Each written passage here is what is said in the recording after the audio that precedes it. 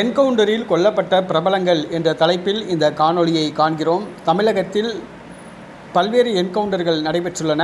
இதில் 3 முக்கியமான என்கவுண்டர்கள் குறித்து இந்த காணொளியில் காண்கின்றோம். சந்தன கடத்தல் வீரப்பன் என்று அழைக்கப்படுகிற வீரப்பன், இவர் 1952ஆம் ஆண்டு பிறந்தார். இவர் யானைகளை கொன்று தந்தங்களை கடத்தியதாகவும் சந்தன மரங்களை வெட்டி கடத்தியதாகவும் குற்றம் சாட்டப்படுகிறது. 184 காவல்துறையினரை கொன்றதாக குற்றம் சாட்டப்படுகிறது. கன்னட நடிகர் ராஜ்குமாரை இவர் கடத்தி பின்பு அவரை விடுவித்தார். கர்நாடகா மற்றும் கேரள மாநில காவல்துறைக்கு சிம்ம சொப்பனமாக விளங்கினார். தமிழ் தேசியவாதி என்று அழைக்கப்படுகிறார்.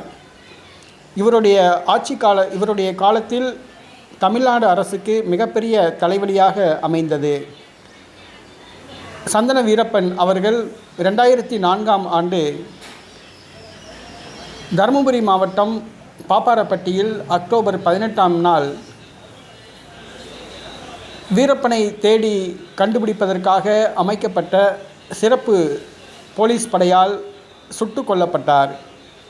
இவர் 2004ஆம் ஆண்டு தமிழக காவல்துறையால் சுட்டு கொல்லப்பட்டார்.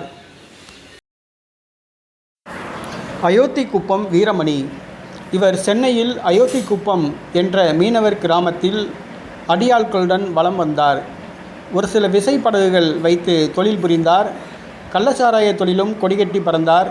வழிப்பறி செய்தல், ஆள் கடத்தல், கட்ட பஞ்சாயத்து ஆகியவற்றில் ஈடுபட்டு வந்தார்.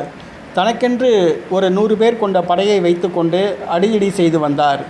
இவர் மீது பல வழக்குகள் இருந்தன. 21 வழக்குகள் இருந்தன. அதிமுக ஆட்சியில் அடக்கி வைக்கப்பட்டார். குண்டர் சட்டத்தின் கீழ் கைது செய்து சிறையில் அடைக்கப்பட்டார். ஜாமீனில் வெளியே வந்தார். ஆந்திராவில் போய் குடியிருந்தார். பின்பு ஒரு சில நாட்களுக்கு முன்பாகத்தான் அவர் சென்னைக்கு வந்திருந்தார். இவரை விசாரிப்பதற்காக காவல்துறையினர் அங்கு சென்றனர். ஆனால் காவல்துறையினரை இவர் துப்பாக்கியால் சுட்டார். திருப்பி தமிழக காவல்துறையினர் அவர் மீது திருப்பி துப்பாக்கியால் சுட்டதில் அயோத்திக்குப்பம் வீரமணி பலியானார்.